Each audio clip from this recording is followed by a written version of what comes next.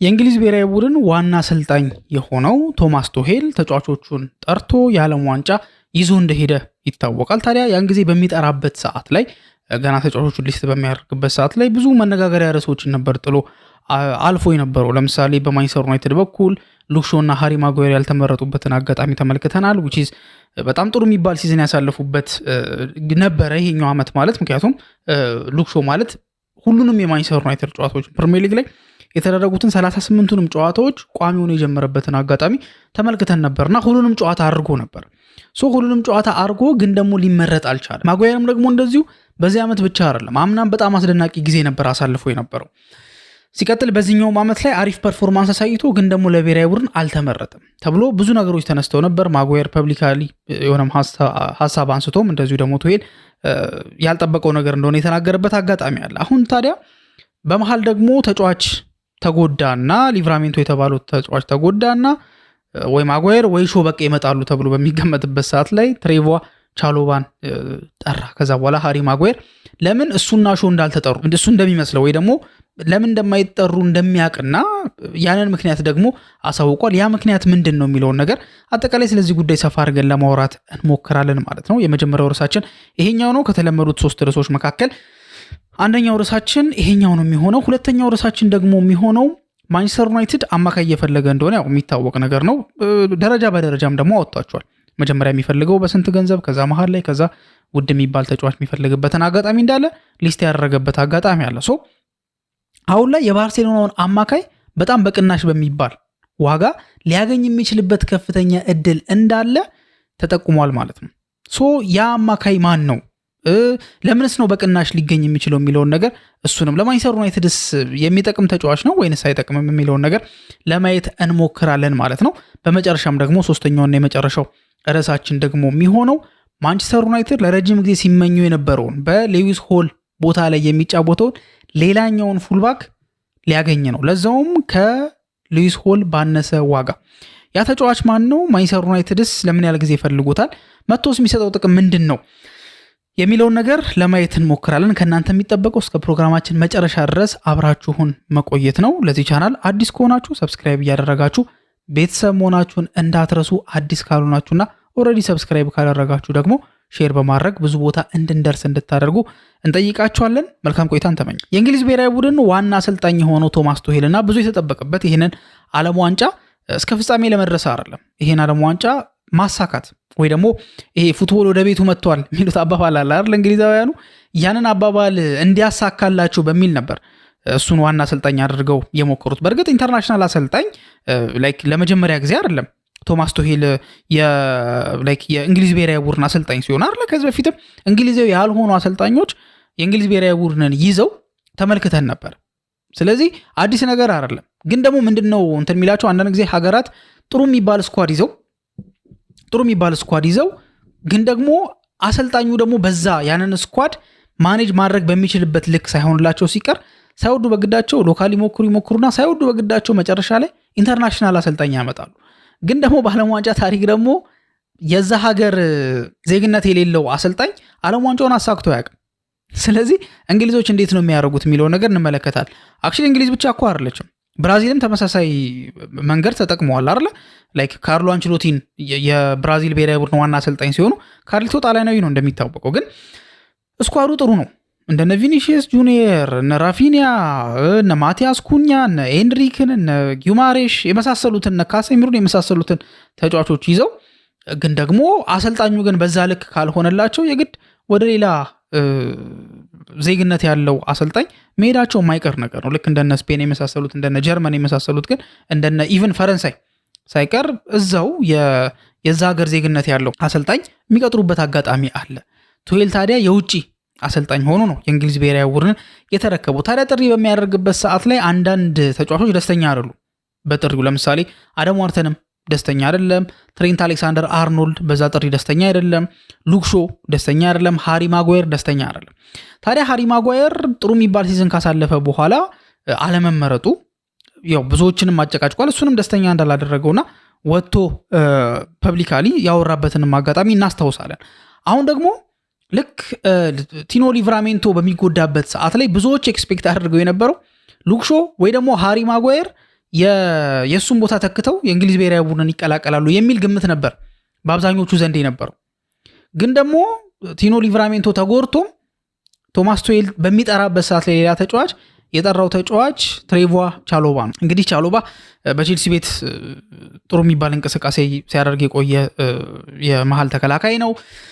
ግን ደግሞ ከሉክ ሾው እና ከሃሪ ማጓየር የተሻለ ግን ሲዝን አሳልፏል ብሎ መናገር ትንሽ የሚያስቸግር ነገር ይመስለኛልና ማጓየርንም ደስተኛ ያላደረገው ብዙዎችንም ደግሞ ያልጠበቁት ውሳኔ ነው እንዲሉ ያስገደዳቸው ነገር ማጓየርና ሾው ከቻሎባ የተሻለ ሲዝን አሳልፈው ግን ደግሞ እነሱ ልክ አንደኛ መጀመሪያ አልተጠሩም፣ ሲቀጥል ደግሞ ቲኖ ሊቨራሜንቶ ተጎድቶ ራሱ ለመጠራት አልቻሉ። ስለዚህ የነገር ብዙዎችን አነጋግሯል። ማጓየር ታዲያ ለዚህ ያለውን ሀሳብ ተናግሯል። በእርግጥ ቱሄልም ለምን ቻሎባን እንደመረጠ ተናግሯል። ቻሎባን ለምን እንደመረጠ በሚናገርበት ሰዓት ላይ ቻሎባ በሁለቱም ኢንድ ላይ በግራም በቀኝም እንደ ፉልባክነት መጫወት የሚችል ተጫዋች ነውና እንደሱ አይነት ተጫዋች መጀመሪያ ሊቨራሜንቶ ሁለቱም ቦታ ላይ የሚጫወት ተጫዋች ነው። እሱ በሚጎልበት ሰዓት ላይ ቻሎባን ስናመጣው በተመሳሳይ አይነት ሂደት ላይ ያለ ወይ ደግሞ በተመሳሳይ አይነት እንቅስቃሴ ላይ ያለን ተጫዋች ነበር የፈለግነው ብሎ ነበር ተናግሮ የነበረው። which is ማጓየር ግን እንደዚህ አይደለም የሚያስበው። ማጓየር የሚለው ነገር ምንድነው? ለምሳሌ ሊቨራሜንቶ በሚጎዳበት ሰዓት ላይ ቱሄል 3 ተከላካዮችን መምረጥ ይችላል። ቻንስ አለው 3 ተከላካዮች ማጓየር፣ ሉክ ሾው እና ትሬንት አሌክሳንደር አርኖልድ። ማጓየር እንደሚለው ከሆነ ትሬንትን ያልመረጠበት ሾውን ያልመረጠበትና ማጓየርን ራሱን ያልመረጠበት ምክንያት ብሎ ያስቀመጠው ነገር ምንድነው?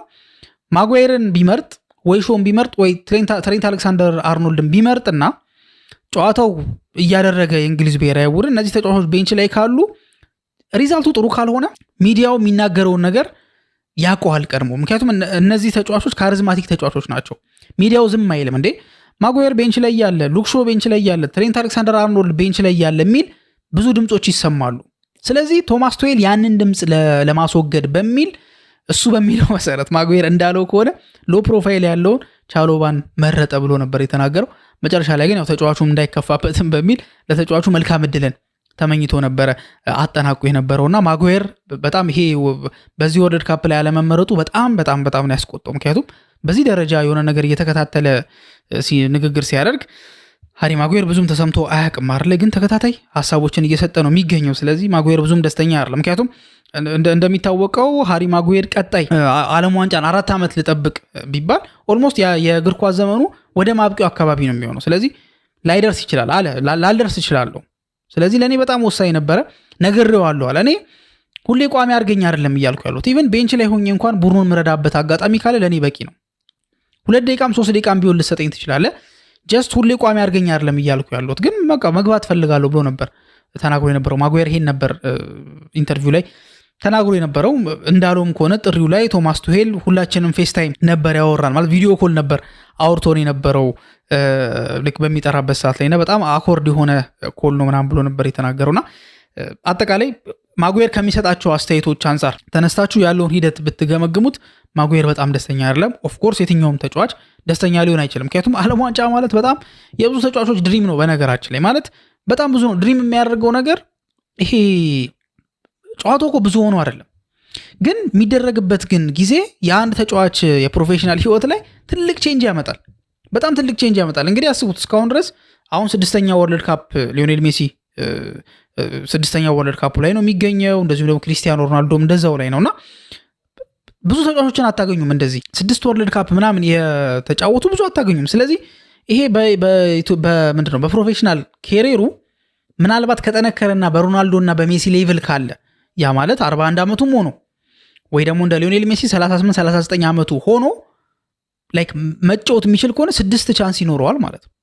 ስለዚህ አንዱን ባለፈው ቁጥር ቻንሱ እየወረደ ነው የሚሄደውና ዓለም ዋንጫ ላይ ሳይጫወቱ ያለፉ ትልልቅ ተጫዋቾችን እናያለን፣ ወይ አንዴ ብቻ የተጫወቱ ተጫዋቾችን እናውቃለን፣ ሁለቴ ምናምን የመሳሰሉትን ማለት ነው። ሶ ዓለም ዋንጫ በጣም ለተጫዋቾች እንዴት ነው ይሄ የክለብ እግር ኳስ አሁን ለምሳሌ ከኢኮኖሚካል አንጻር ወይ ደግሞ ከፋይናንሻል ሳይዱም ስትመለከቱት ከዝናውም አንጻር ከተለያዩ ነገሮች አንጻር የሚሰጠው የተለየ ጥቅም አለ። የዓለም ዋንጫው ግን ከዝና ጋር ወይ ምንድነው ከገንዘብ ጋር ምናምን የተያያዘ ነገር አይደለም። ጀስት ሀገሩን ሪፕሬዘንት ማድረግ ማለት ለራሱ የሚሰጠው ላይክ እንደ ሌጋሲ ነው። ልጆቹ የሚያዩት ቤተሰቦቹ የሚያዩት እንደ ሀገር በቃ ሌጋሲ ሆነ ሌጀንድ ሆኖ እንዲያልፍ ነው። ለምሳሌ ፔሌ ስቲል ሌጀንድ ተብሎ ይታወሳል አይደል? ቴሌስኪ የተጫወተበት ትልቅ ክለብ ምንድነው? አብዛኛው ጊዜ ሳንቶስን ያሳለፈው ግን ለብራዚል ግን ወርልድ ካፕን ማምጣት የቻለ ተጫዋች ስለሆነና ብሔራዊ ቡድኑ ላይ የነገሰ ስለሆነ ትልቅ ቫልዩ ያሰጠዋል። ሊዮኔል ሜሲ ዓለም ዋንጫውን አሳካ። ብዙዎች እንደሚሉት ከሆነ በቃ አሁን ሊዮኔል ሜሲ እግር ኳስን ኮምፕሊት አደረገው ተባለ አይደለ? ክሪስቲያኖ ሮናልዶ መጥፎ ተጫዋች ሆኖ ነው እንዴ? ወይ ደግሞ በጣም ጥሩ የሚባሉ ሪከርዶች ሳይኖሩት ቀርቶ ነው አይደለም። ግን ልክ ወርልድ ካፕ የሚባለው ነገር ይሄ የሀገራት የሚባለው ነገር እንደ ሀገርም የሚያሰጠው የሌጀንድ ሌቭል አለ፣ ለግሉም ደግሞ የሆነ ሌጋሲ ጥሎ እንዲያልፍ ያደርገዋልና ይሄን ነገር በምታዩበት ሰዓት ላይ ወርልድ ካፕ በጣም ትልቅ ነገር ነው። ስለዚህ የማጓየርንም ፍረስትሬሽን በቀላሉ መረዳት እንችላለን ብዬ አስባለሁ። ሁለተኛው ርዕሳችን ደግሞ የሚሆነው ማንቸስተር ዩናይትድ የባርሴሎናውን አማካይ በቀነሰ ዋጋ ሊያገኝ የሚችልበት እድል አለ። ያ ተጫዋች ማን ነው? ለምንስ ነው ማንቸስተር ዩናይትድ ይህን ተጫዋች ማግኘት የሚችለው የሚለውን ነገር ስንመለከት ይሄ ተጫዋች አምና ለሽያጭ ከቀረቡ ተጫዋቾች መካከል አንዱ ነበር። ባርሴሎና አምና ይሄ የ1-1 ሬሾ የሚባለውን ለማሳካት በሚል የደሞዝ መክፈል ምናምን ስርዓቱን ተጫዋቾችን ሬጂስተር ለማድረግ ያለውን ነገር ለማስተካከል ሲል ተጫዋቾችን ለመሸጥ እያሰበ ነበር። ከነዛም ተጫዋቾች መካከል በተለይ ለገበያ የቀረቡት ወይ ደግሞ ሊሸጡ ይችላሉ ተብሎ የታሰቡት ኦፊሻሊ ለገበያ አልቀረበም፣ ግን ፈርሚን ሎፔዝ እና ማርክ ካሳዶ ናቸው። በተለይ ፈርሚን ሎፔዝ ቼልሲዎች በጣም ይፈልጉት ነበረ። ባርሴሎና ግን በመጨረሻ ሰዓት አይ ይሄን ተጫዋች አንሸጠውም ብለው ያስቀሩበትን መንገድ እናስታውሳል። ስለዚህ እነዚህ ሁለት ተጫዋቾች በቃ ይሄ ምንድነው ለሽያጭ የሆነ ቀርበዋል ማለት ይከብዳል፣ ግን ደግሞ ሊሸጡ የሚችሉ ተጫዋቾች ነበሩ። መቼስ እንደነ ዲዮንግ አይነት ተጫዋች ወይ ደግሞ ፔድሪ አይነት ተጫዋች መቼስ ሊሸጡ አይችሉም። ስለዚህ እነዚህ ነበሩ። ታዲያ አሁን ላይ አቬሌብል ነው እየተባለ ያለው ተጫዋች ማርክ ካሳዶ የተባለው ተጫዋች ነው። ይህ ተጫዋች እንደምታውቁት በፍሊክ ስር በጣም አይ ምንድነው የሚገርም ፐርፎርማንስ ሲያሳይ የቆየ ተጫዋች ነው። በተለይ ሃንስ ፊሊክ አሰልጣኝ ከሆነ በኋላ አሁን ሁለተኛ ሲዝኑን ጨርሷል። በመጀመሪያ ሲዝኑ ካመጣቸው 6 ቁጥሮችና በጣም አስደናቂ ፐርፎርማንስ ካሳዩ 6 ቁጥሮች መካከል ማርክ ካሳዶ አንዱ ነው። አሁን ግን ባርሴሎና ምናልባት ማርካ እንደሚለው ከሆነ ተነባቢው የስፔን ጋዜጣ እንደሚለው ከሆነ ስፖርቲንግ ዳይሬክተሮቹ ወይ ደግሞ ቲማቸው አጠቃላይ እስከ ጁን 30 ድረስ ወይ ደግሞ ከጁን 30 በፊት ይህንን ተጫዋች ኦፍሎድ ማድረግ ይፈልጋሉ፣ ወይ ደግሞ ከነሱ ፔሮል ማስወጣት ላይክ መሸጥ ይፈልጋሉ። ለምን በዚህኛው የፋይናንስ ዓመት ላይ እንደምታውቁት ጁን 30 ልክ ጁላይ 1 ጀምሮ ኔክስት ይር ነው የሚባለው። እንደምታውቁት አብዛኞቹ ኮንትራቶች የሚጠናቀቁበት እንደሆነ ይታወቃል አይደል? ጁላይ 1 ማለት እስከዛ ድረስ የዚህኛው ዓመት ነው የሚደረገው። ልክ ጁላይ 1 ሲባል ግን ወደ ቀጣይ ዓመት ይሸጋገራል። የዚህኛውን ዓመት ፋይናንሻል ጉዳይ በእርግጥ ዲቴል አልተሰራም። ለምን በዚህ ዓመት በጣም ጁን 30 በፊት ይሄ ተጫዋች እንዲወጣ በጣም እየጣሩ ነው የሚለው ነገር ለምንድን ነው የሚለውን ነገር ዲቴል አላገኘ ነው። ግን ደግሞ እንዲወጣ የሚፈለግበት ግን ሪዝን አለ። እንደምታውቁት ነው ባርሴሎና ትልቅ የሆነ ፋይናንሻል ችግር ውስጥ ነው ያለው። ስለዚህ ማርካ እንዳስነበበው ከሆነ ካሳዶ ከጁን 30 በፊት ከባርሴሎና ጋር ሊለያይ የሚችልበት እድል አለ ነው እየተባለ ያለው። ካሳዶ 22 ዓመቱ ነው። አሁንም ማርካ የሚለውን ከተቀበልን ማንቸስተር ዩናይትድ ይሄ ልጅ እስከ 17 ሚሊዮን ፓውንድ ድረስ የማስፈረም ቻንስ አለው የሚል ነገር አለ። ስለዚህ የባርሴሎናውን ተጫዋች ማርክ ካሳዶን ማንቸስተር ዩናይትድ በ17 ሚሊዮን ፓውንድ ብቻ ማግኘት ይችላል። ታዲያ ማስፈረም አለበት የለበትም የሚለውን ነገር ስንመለከት ካሳዶ የሚገርም ኳሊቲ ነው ያለው። ምንም እንኳን 22 ዓመቱ ቢሆንም ግን ደግሞ በቻምፒየንስ ሊግ የተጫወተ ተጫዋች ነው። የባርሴሎና ወሳኝ ተጫዋች ሆኖ ለሆነ ያህል ጊዜያቶች የቆየ ተጫዋች ነው። በሃንስ ፊሊክ ስር ምን አይነት አቅም ያለው ተጫዋች እንደሆነ ማስመስከር የቻለ ተጫዋች ነው። ከምንም በላይ ላማሲያ ነው። ላማሲያ ቀመስ ተጫዋቾች ደግሞ እንደምታውቁት በየክለቡ በየሄዱበት ቦታ ከአሰልጣኙ ጀምሮ እስከ ተጫዋቹ ድረስ አቬሬጅ የሚባለው ተጫዋች ራሱ በቃ የገባበት ቦታ ላይ ሲያምስ ትመለከቱታላችሁ። ይሄ ነገር ለልጁ ትልቅ ኳሊቲ ያሰጠዋል። ግን ወደ ማንቸስተር ዩናይትድ ቤት ግን ስንመጣ ኦማር ቤራዳ ዝውውር መስኮቱ ከመከፈቱ በፊት ወይ ደግሞ ወደ ዝውውር እንቅስቃሴ ከመደረጉ በፊት ምን አይነት ሐሳብ አነሳ? ፕላን አለን፣ ላይክ ምን እንደምናደርግ ፕላን አለን። በዛ ፕላን መሰረት ነው የምንንቀሳቀሰው። ግን እዛ ፕላን ላይ ሙጭጭ ብለን ከዛ ፕላን ውጭ የሚደረጉ ሌላ ምንም አይነት ነገር አንቀበልም ግን አንልም ብሎ ተናግሯል። ሞር ፍሌክሲብል እንደ ገበያው ሁኔታ ፍሌክሲብል ለመሆን እንሞክራለን። ግን ደግሞ ክሊር የሆነ ግን አይዲያ አለን ወይ ደግሞ ክሊር የሆነ ፕላን አለን እንዴት እንደምናስኬደው ወይ ደግሞ እንዴት ልናስኬድ እንዳሰብን የሆነ ክሊር የሆነ ፕላን አለ እንደዛ ብሎ ተናግሯል። ስለዚህ አሁን በፕላኑ መሰረት ማንቸስተር ዩናይትድ 3 አይነት የመሃል ሜዳ ተጫዋቾችን ነው እየፈለገ ያለው።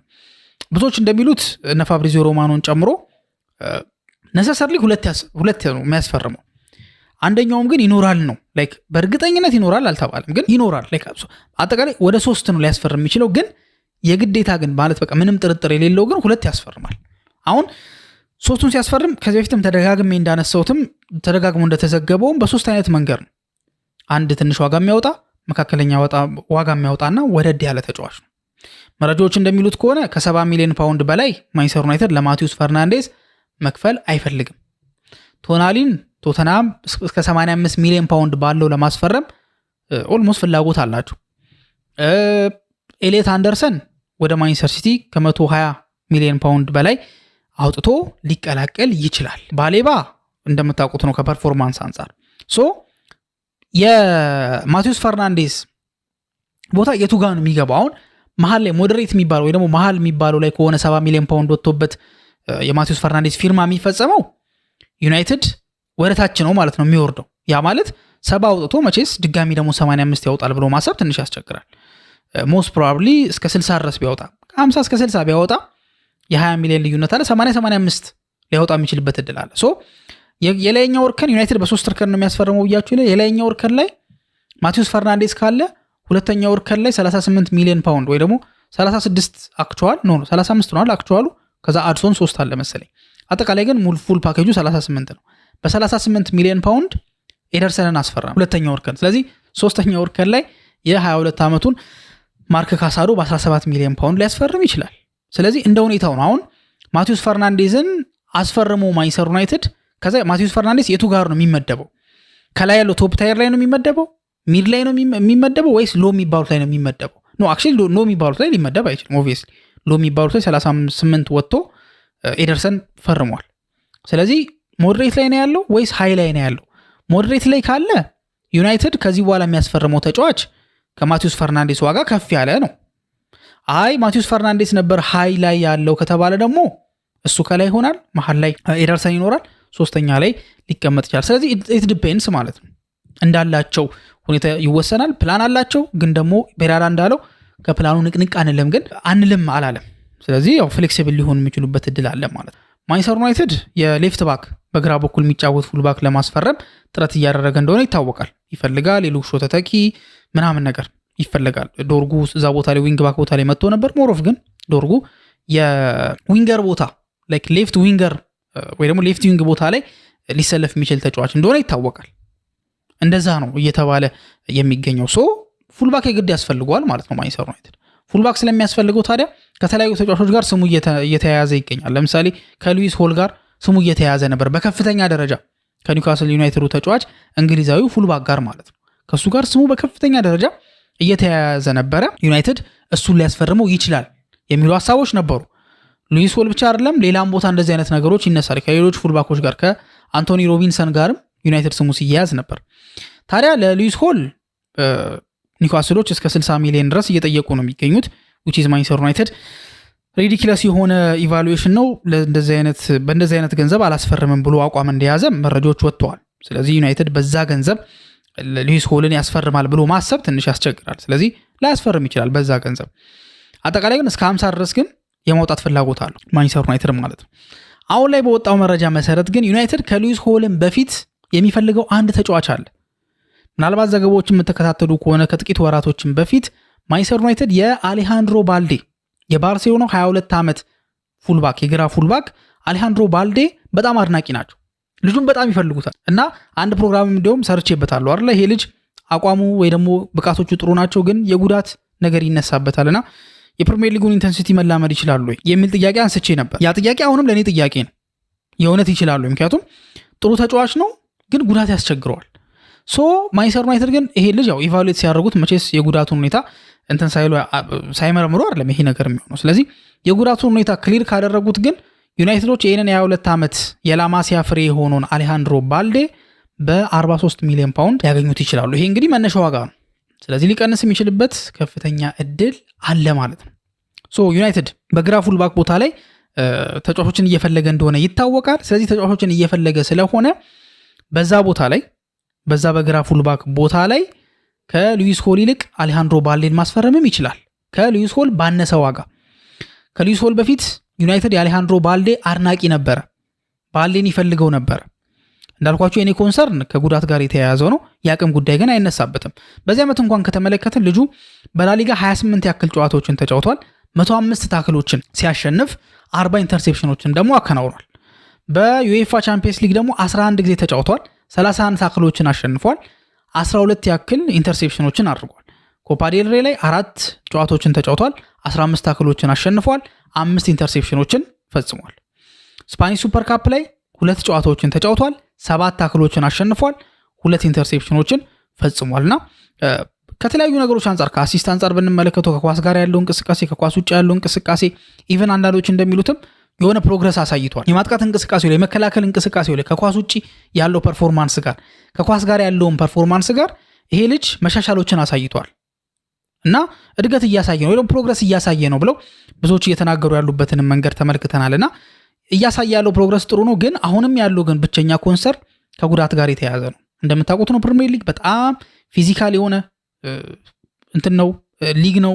ኢንተንሲቲ ይበዛዋል። በጣም አስቸጋሪ ሊግ እንደሆነ ይታወቃልና በዚህ አስቸጋሪ ሊግ ላይ የጉዳት ታሪክ ደግሞ ያለባቸው ተጫዋቾች ግን ብዙ ጊዜ ሲቸገሩ እንመለከታለንና እቺ ጉዳይ ብቻ ችግር ነች። ከዛ ውጭ ግን ከሉዊስ ሆል ያነሰ ዋጋ የተሻለ ልምድ ያለውም ተጫዋች ዩናይትድ ሊያገኝ የሚችልበት እድል አለ ማለት ነው። ማንቸስተር ዩናይትዶች ከዌስትሃም ዩናይትድ ጋር ይሄንን ክረምት በዛ ላለ ጊዜ ስማቸው ሲያያዝ ነበር አይደለ?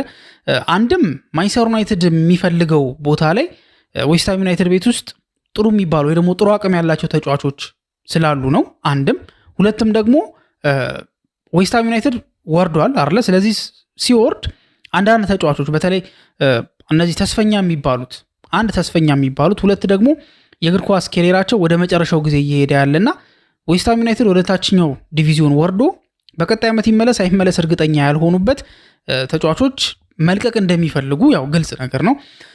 በይፋ ወጥተው እንለቃለን አይሉም። ልክ እንደ ጃረድ ቦይን አይነት ተጫዋቾች ከዌስትሃም ዩናይትድ ጋር ይሄንን ከባድ ጊዜ አብረው መወጣት አብረው ማሳለፍ እንደሚፈልጉ ነው የሚናገሩት ወይንም ደግሞ ለማሳወቅ የሚፈልጉት። ግን ደግሞ እውነታው እንደዛ ነው ወይ የሚለውን ነገር ስንመለከት ግን ትንሽ ያጠራጥራል። ብቻ በአጠቃላይ አንድም ስለሚወርድ ነው እንዳልኳችሁ፣ ሲቀጥል ደግሞ ዩናይትድ የሚፈልገው ቦታ ላይ ዌስትሃሞች ተጫዋቾች አሏቸው በሚገርም ሁኔታ ማለት ነው። ለምሳሌ በፉልባክ ግራ ፉልባክ ቦታ ላይ ማንቸስተር ዩናይትድ ተጫዋች ይፈልጋል አይደለ? ግራ ፉልባክ ቦታ ላይ ዌስትሃሞች በጣም አሪፍ የሚባል ተጫዋች አላቸው። በወርልድ ካፑ ላይም ሲደምቅ ተመልክተነዋል። በአፍኮን ላይም በጣም ምርጥ ነበረ። አጠቃላይ በዌስትሃምም በጣም አደገኛ የሚባል ተጫዋች ነው። ዲዩፍ የተባለው ተጫዋች የዌስትሃም የግራ ፉልባክ ተጫዋች በጣም ሬት የተደረገ አሪፍ ፐርፎርማንስ የሚያሳይ ጥሩ ተጫዋች ነው። ማንቸስተር ዩናይትድ ደግሞ እንዳልኳችሁ ወይም ደግሞ እንደምናውቀው ግራ ፉልባክ ላይ ተጫዋች ይፈልጋል። ዲዩፍ የሚባለው ተጫዋች ደግሞ በግራ ፉልባክ ቦታ ላይ በጣም በምርጥ ሁኔታ የሚጫወት አይነት ተጫዋች ነው። ይሄ አንደኛው ነው። 6 ቁጥር ቦታ ላይ ማንቸስተር ዩናይትድ ተጫዋች ይፈልጋል አይደለ? ስለዚህ ማቲዩስ ፈርናንዴስ የተባለው ተጫዋች ደግሞ በጣም ሬት የተደረገ ተጫዋች ነው። ጥሩ 6 ቁጥር ተጫዋች ነው። ከኳስ ጋር ጥሩ ነው፣ ከኳስ ውጪ ጥሩ ነው። 8 ቁጥር ቦታ ላይ፣ 10 ቁጥር ቦታ ላይ፣ 6 ቁጥር ቦታ ላይ እንደየአስፈላጊነቱ መጫወት የሚችል አይነት ተጫዋች ነውና ማንቸስተር ዩናይትድ ደግሞ እንደዚህ አይነት ተጫዋች ይፈልጋል። ላይክ በቡድን ውስጥ ኮቢ ሜኑ አለ፣ ግን ደግሞ ከኮቢ ሜኑ ጋር ግን አብሮ የሚጫወት ደግሞ ተጫዋች ያስፈልገዋል። ስለዚህ እዛ ቦታ ላይ የሚጫወት ዌስትሃም ቤት ጥሩ የሆነ ተጫዋች አሁንም አለ ማለት ነው። ከዛ በኋላ በክንፍ በኩል በቀኝ ክንፍ በኩል ጃረድ ቦይን አለ። ጃረድ ቦይን ማንቸስተር ዩናይትድ የሚፈልገው አይነት ተጫዋች ነው ይባላል። በእርግጥ ነሰሰሪ ነው ወይ ያ ቦታ? እሱ ጥያቄ ያስነሳል። ሰመርቪል የተባለው ተጫዋችም እንደዚሁ። ብቻ በአጠቃላይ ላችሁ የፈለኩት ነገር ምንድነው? በማንቸስተር ዩናይትድ እና በዌስትሃም ዩናይትድ መካከል ብዙ የትራንስፈር ሳጋዎች ተፈጥሯል። ወይ ደግሞ ምንድነው የሚባለው ወሬዎች፣ የትራንስፈር ወሬዎች በጣም ሲፈጠሩ ተመልክተናል። እንዳልኳችሁ ዩናይትድ የሚፈልገው አይነት ተጫዋቾች በዌስትሃም ቤት ውስጥ በደንብ ስላሉ ማለት ነው። ታዲያ አሁን ላይ በወጣው መረጃ መሰረት ግን ማንቸስተር ዩናይትዶች ለዌስትሃም ሰዎች ከበድ ያለ ወይ ደግሞ ጠንከር ያለ ማስጠንቀቂያ እንደላኩ ዴይሊ ኤክስፕረስ አስነብቧል።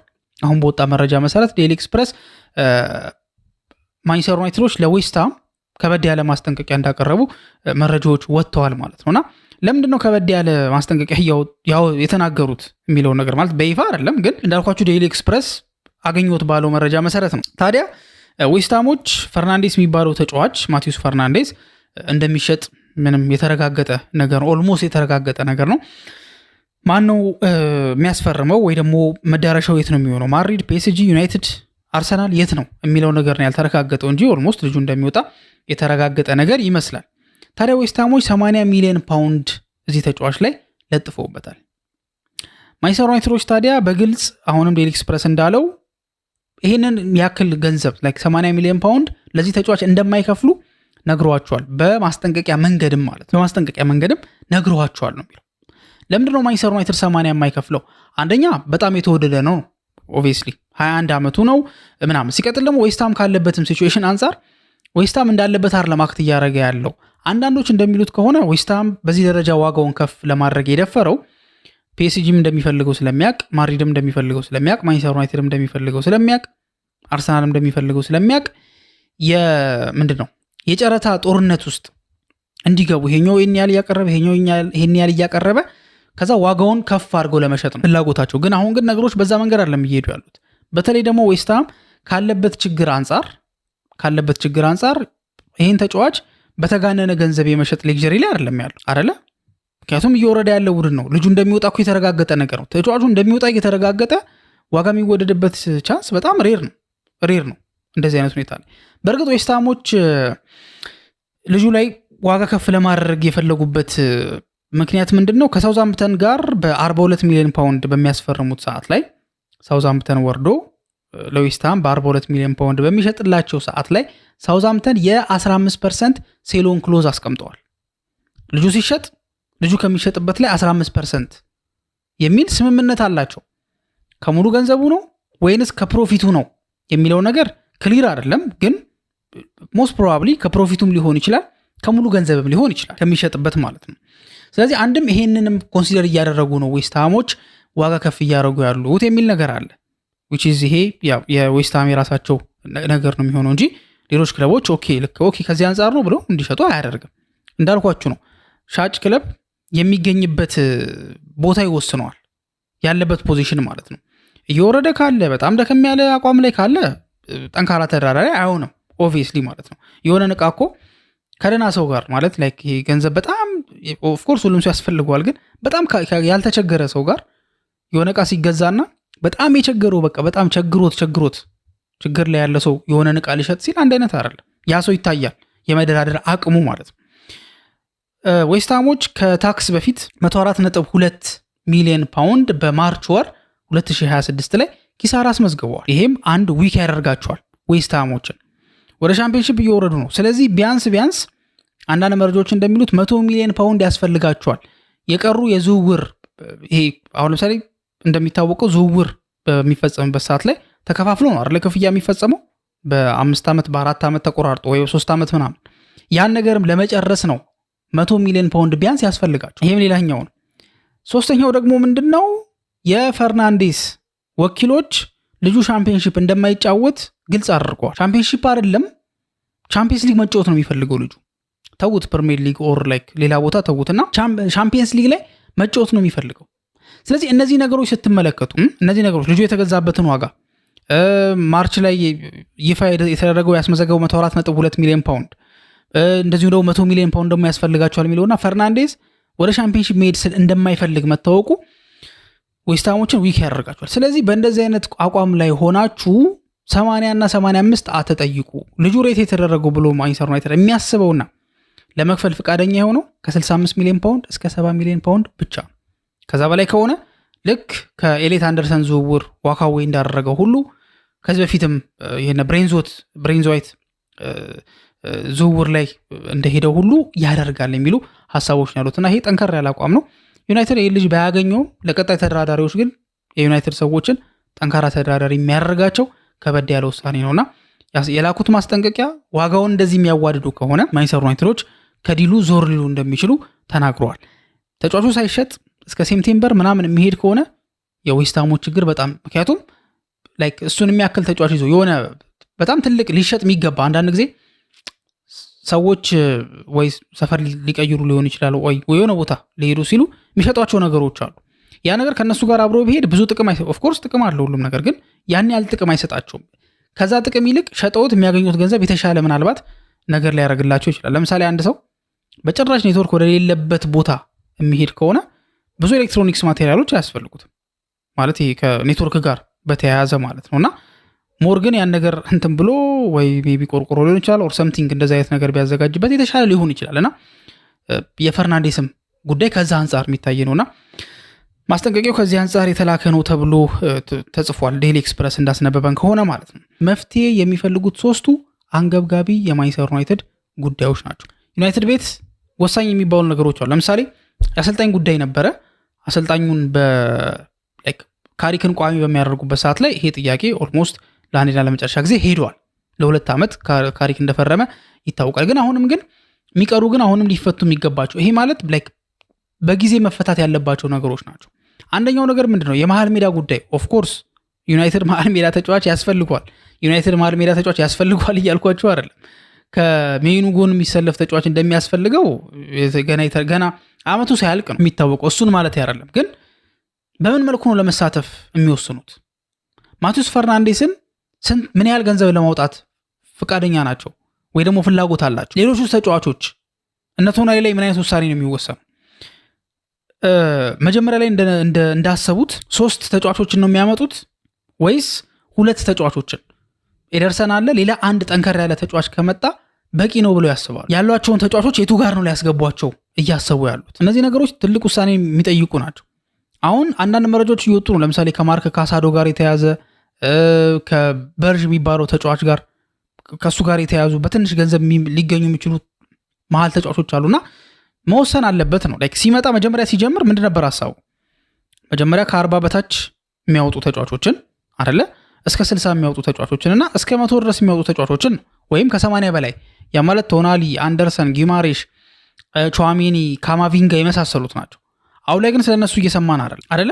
ስለዚህ ይሄ ነገር ላይ ውሳኔ ያስፈልጓል። ተጫዋች ያስፈልጓል አይደለም እንዳልኳችሁ፣ ግን ውሳኔ ያስፈልጓል።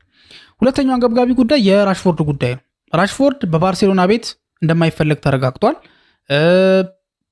ባየር ሙኒክም እሱን ለማስፈረም ያለውን ሐሳብ ይሄ እስማኤል ሳይባሪ የተባለውን ተጫዋች በሚያስፈርምበት ሰዓት ላይ ኢሚዲየትሊ በሚባል ደረጃ የራሽፎርድ ጉዳይ ወይ ደግሞ የራሽፎርድ ላይ ያላቸው ፍላጎት እንደቀዘቀዘ ጠፍቷል ማለት ሊከብድ ይችላል። ግን እንደቀዘቀዘ ግን መረጃዎች እየወጡ ይገኛሉ።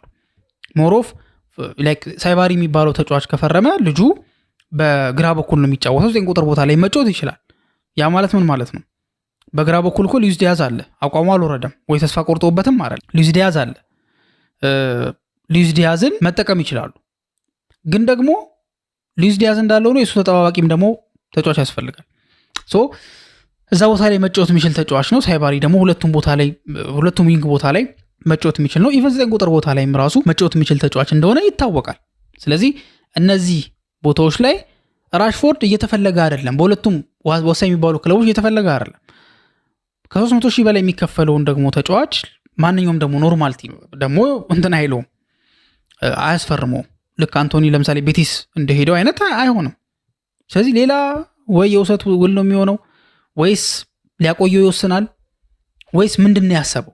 ምክንያቱም ይሄ ነገር ወሳኝ ነው። ምክንያቱም ራሽፎርድ እሱ ላይ እስካልተወሰነ ድረስ ሰመርቪል የሚባለው ተጫዋች አይታሰብም። ሌላ ዊንገር ተጫዋች ዩናይትድ ያስፈርማል ተብሎ አይታሰብም። ስለዚህ ትልቅ ውሳኔ በራሽፎርድ ላይ ማንቸስተር ዩናይትድ ይጠበቅበታል ማለት ነው። ሶስተኛውና የመጨረሻው ማለት አንገብጋቢ ጉዳዮች ከሚባሉት መካከል የተከላካይ መስመር ውዥንብር ነው። ተከላካይ ማንቸስተር ዩናይትድ ብዙ ተከላካይ አለው አይደለ? ብንቆጥር አይረን ሄቨን አለ፣ ሌኒዮሮ አለ፣ ሃሪ ማጓየር አለ፣ ማቲያስ ዴሊክት አለ፣ ሊሳንድሮ ማርቲኔዝ ሊቻ አለ፣ ኑሴር ማዝራዊ በተከላካይ ቦታ ላይ መጫወት የሚችል ተጫዋች አይደለ? 6 ተጫዋች ጠርተናል ተከላካይ ላይ። ዩናይትድ ግን በእነዚህ ተጫዋቾች በሙሉ እየተጠቀመ ነው ወይ? አይደለም። ለምን? በተለይ ሊሳንድሮ ማርቲኔዝ እና ማቲያስ ዴሊክት ጉዳት አለባቸው። ስለዚህ እነዚህ ተጫዋቾች ደግሞ ወሳኝ ናቸው። ለምሳሌ ፊት ከሆኑ ሁለቱ ናቸው እኮ የሚጫወቱት እኮ። ሊሳንድሮ ማርቲኔዝ በግራ በኩል፣ ዴሊክት ደግሞ በቀኝ በኩል። የቀኝ የመሃል ተከላካይ ዴሊክት፣ የግራ የመሃል ተከላካይ ሊሳንድሮ ማርቲኔዝ። ስለዚህ እነዚህ ተጫዋቾች ፊት ከሆኑ የዩናይትድ ወሳኝ ሰዎች ናቸው ማለት ነው አይደለ? ግን እሺ ፊት አይደሉማ። አሁን የሆነ ተጫዋች ጎበዝ ነው ጥሩ ነው ሊባል ይችላል። ግን እሺ ፊት ካልሆነስ? ፊት ካልሆነን ምንድን ነው የሚደረገው? ጥቅም የለውም ማለት ነው። ስለዚህ ጥቅም የለውም። ፊት መሆን አለበት መጀመሪያ። ምንድን ነው ዩናይትድ የሚያደርገው? እነዚህ ተጫዋቾች ፊትነሳቸው ላይ ወጥሮ ይሰራል ወይስ ይሸኛቸዋል? ይሄ በጣም ትልቅ ውዥንብር ነውና በደንብ ሊወሰን የሚገባው ነገር በደንብ ሊታሰብበት የሚገባ ቀላል ይመስላል፣ ግን በጣም ውስብስብ ነገር ነውና እነዚህ 3 ጉዳዮች ማንቸስተር ዩናይትድ ፕራዮሪታይዝ ሰጥቶ በተለይ በዚህ ጊዜያቶች ውስጥ ሶልቭ ማድረግ የሚጠበቅበት ዋና ዋና ጉዳዮች ናቸው ማለት ነው። ሰር ጂም ራትክሊፍ ለማይክል ካሪክ የላቀ እምነት እንዳሳደረበት ራሱ ማይክል ካሪክ በአንደበቱ ተናግሯል። ሌሎች መረጃዎች አይደሉም። በእርግጥ አንዳንድ መረጃዎች ሲወጡ ተመልክተናል። ራትክሊፍ የማይክል ካሪክ በጣም ሂውጅ ፋን ነው፣ በሱ ላይ እምነት አለው። ኦማር ቤራዳም ጄሰን ዊልኮክስም በደንብ በሱ ላይ እምነት አላቸው የሚሉ መረጃዎች ከዚህ በፊትም ተደጋግሞ ወጥቶ ነበረ። ተደጋግመን ተመልክተናል። አዲስ ነገር አይደለም። ግን አሁን ማይክል ካሪክ ከአንዲ ሚትን ጋር በዩናይትድ ዊስታንድ የሚባለው የማንቸስተር ዩናይትድ ፋንዚን የሚባለው ወይም ደግሞ የደጋፊዎች ተነባቢ ላይ ጋዜጣ ዌብ ላይ ቃለመጠይቅ አድርጎ ነበር ካሪክ እና በሚጠየቅበት ሰዓት ላይ ከራትክሊፍ ጋር እንደሚያወሩ ራትክሊፍ በሱ እምነት እንደሚያሳድርበት ብዙ ውሳኔዎችን ለሱ እንደሚተውለት እያንዳንዱ ነገር ላይ እንደሚያማክረው ሁሉ ነገር ላይ ኢንቮልቭድ እንደሆነ ማይክል ካሪክ ተናግሯል። ለአንዲ ሚትን ነግሮታል። ሶ ይሄ ማለት ምን ማለት ነው? ላይክ ብዙ ነገር ያማክረዋል፣ ብዙ ድሎችን ይሰጠዋል። ላይክ ድሎችን ይሰጠዋል ማለት እንዲወስን ቻንሶችን ይሰጠዋል የሚለውን ነገር ስንመለከት ከምን ጋር የተያያዘ ነው? አሁን እንደምታውቁት ማይክል ካሪክ ሄድ ኮች ነው፣ ላይክ ማናጀር አይደለም። ስለዚህ ሁሉም ነገር ላይ ይመለከተኛል ማለት አይችልም። ጀስት ሄድ ኮች ነው፣ ሊሚትድ የሆነ ስራ ነው ያለው። አንድ አሰልጣኝ ግን ማናጀር በሚባልበት ሰዓት ላይ ግን ኦፍኮርስ ሁሉም ነገር ሊሚት አለው፣ ግን ሊሚቱ በጣም እንትን ነው። ላይክ ሊሚቱ በጣም ሊሚትድ ነው ማለት ትንሽ ሊሚት ነው ያለው። በተለይ እሱን የሚመለከተው ነገር ነው እያልኳቸው ያለሁት። ላይክ ይሄ ልክ እንደነ ፈርጉሰን አይነት በፊት በጣም ትልቅ ኢቨን የስታዲየም ግንባታ ላይ ራሱ ላይክ እንደ አርሰን ቬንገር ስታዲየም ግንባታ ድረስ ምናምን የሚል አይነት እንትን አይደለም፣ እንደሱ አይነት ውሳኔ አይደለም። ግን ብዙ ነገሮች ላይክ ልክ የሉዊስ ኤንሪኬ ላይክ የፔፕ ጋርዲዮላ አይነት የውሳኔ አሰጣጥ አቅም ይሰጠዋል። ሄድኮች ከሆነ ግን እንደዛ አይደለም። ታዲያ ካሪክ ሄድኮች ነው እንደምታውቁት። አብዛኛው ነገር በሪክሩትመንት ሲስተሙ ወይ ደግሞ እዛ ጋር ባሉት አካላት ነው የሚፈጸመው እንጂ ካሪክ ብዙም ኢንቮልቭመንት ይኖረዋል ተብሎ አይታሰብም ነበር። ግን ራሱ እንደተናገረው ከሆነ ሰር ጂም ራትክሊፍ ብዙ ውሳኔዎችን እንዲወስን እድል እንደሚሰጡት፣ በሱ እንደሚያምኑ፣ ሁሉን ነገር እንደሚያማክሩት ተናግሯል። ስለዚህ ይሄ ማለት ምን ማለት ነው? የማናጀር ሌቭል ምንድን ነው የሚባለው ሴ እየተሰጠው ነው ብለን ልናስብ እንችላለን። አሁን ይሄ የቴስት ጉዳይ ነው። ባይዘው ቴስት ማለት ገና እየሞከሩት ነው። ካሪክ 44 ዓመቱ ነው፣ ገና ነው። ገና ምንም እንኳን በ5 ወር ውስጥ በጣም ጥሩ የሚባል አስደናቂ የሚባል በ17 ጨዋታ ነው ያደረገው በፕሪሚየር ሊግ። በጣም አሪፍ የሚባል ሲዝን ነው ያሳለፈው። ሲዝን ማለት አንችልም፣ ሃፍ ሲዝን ነው ያሳለፈው። ስለዚህ ራሱን አሳይቷል፣ ግን ሞር ማሳየት አለበት በደንብ። ሲያሳይ ታዲያ በምን መልኩ ነው የሚያሳየው? አንድም በኮቺንግ መንገድ ላይ ላይክ ታክቲካል ጉዳዮች፣ ቴክኒካል ጉዳዮች፣ ሳይኮሎጂካል ጉዳዮች፣ ቲሙን የሚያደራጅበት መንገድ፣ ከዛ በኋላ የላይክ ትሬኒንግ ድሪሎች። በእርግጥ ትሬኒንግ ድሪሎችን ብዙ ጊዜ ያው ኦፍኮርስ እሱ ኮች ስለሆነ አሁን በነገራችን ላይ ሊካተት ይችላል። ግን ያው ምክትሎቹም ስላሉ ዛትማች የግድ ድሪል ላይ ምናምን እንትን እንዲል ላይ ይጠበቅበት ይችላል። እንደ የአሰልጣኞቹ ፍላጎት ነው። ድሪል ላይ የማይሳተፍ አሰልጣኝ አለ። ለምሳሌ ሰር አሌክስ ፈርጉሰን በፊት አንዳንድ መረጃዎች እንደሚሉት ከሆነ ይሄ ድሪል ላይ ወይ ደግሞ ሜዳ ውስጥ የሚደረገው ይሄ ስልጠናው ምናምን ነገር አለ አይደለ? እዛ ላይ ብዙም ኢንቮልቭ አያደርግም። ጀስት ኢንቮልቭ የሚያደርገው ቲሙ ኮምፒቲቲቭ መሆን አለመሆኑን፣ ከዛ በኋላ ሳይኮሎጂካቸውን ምናምን ይሄ ጌም ማኔጅመንቱን ማነው ፊት ምናምን የሚሉት ነገሮች ላይ ነው እንጂ ብዙም ድሪሎች ላይ ይሄ ማለት ትሬኒንግ ላይ ብዙ አይሳተፍም የሚባሉ ነገሮች አሉ። ሶ ካሪክ በዛም መልኩ ራሱን ያስገመግማል። ከዛ ውጭ ደግሞ ልክ የማናጀሪያል አይነት ትሪትመንት ሰጥተውት ማለት ማናጀር ነህ እኮ አይሉትም፣ ግን እንደ ማናጀር አለ አይደል? ሲጠይቁት የሚመልሰው መልስ፣ ነገሮችን አንድ የሚያደርግበት መንገድ፣ ኤቭሪቲንግ በደንብ አድርጎ ቼክ ይደረግና ልክ ብቁ ሆኖ ሲገኝ ይሄ ሰው ብቁ ነው፣ ስለዚህ የማናጀር ቦታውንም ብንሰጠው ይገባዋል ማለት ነው ብለው እዛው ሊያሳድጉለት የሚችሉበት አጋጣሚ አለ። ስለዚህ ያን ፈተና የሚያልፍ ከሆነ ምናልባት ማይክል ካሪክ ከሄድ ኮችነት አልፎ ወደ ማናጀርነት ሊያድግ የሚችልበት አጋጣሚ አለ። ግን እሱ ላይ ዲፔንድ ያደርጋል። ራሱ ከአንደበቱ እንደተናገረው ሰር ጂም ራትክሊፍ በእሱ እንደሚያምኑ አሳውቋል ማለት ነው። ይሄን እምነት ያው እንግዲህ አቢዩዝ ማድረግም ፕሮቴክት ማድረግም የእሱ ኃላፊነት ነው የሚሆነውና አብረን የምንመለከት ነው የሚሆነው። ግን ሰር ጂም ራትክሊፍ እሱ ላይ ግን እምነት እንዳላቸው ራሱ ማይክል ካሪክ አምኗል ማለት ነው። የናንተ ሀሳብ ምንድን ነው? ላይክ ማይክል ካሪክ የማናጀር ኳሊቲ አለው ብላችሁ ታስባላችሁ? እንደዚሁም ደግሞ መፍትሄ ከሚፈልጉት ከጠቀስኳቸው 3 ጉዳዮች ለእናንተ በጣም ወሳኝ የምትሉት ወይ ደግሞ ከነዛ ውጪ ወሳኝ የሚባሉት ነገሮች ምንድናቸው የሚለውን ነገር የማንቸስተር ዩናይትድን ማስጠንቀቂያ እንዴት አያችሁት የሚለውን ጉዳይ ኮሜንት ላይ ማስቀመጥ ትችላላችሁ፣ ወይ ስለሁሉም ወይ ደግሞ መርጣችሁ ማስቀመጥ ትችላላችሁ። እስካሁን ድረስ አብራችሁን ስለቆያችሁ እናመሰግናለን። በቀጣይ ፕሮግራም እስከምንገናኝ ድረስ መልካም ጊዜ ይሁንላችሁ።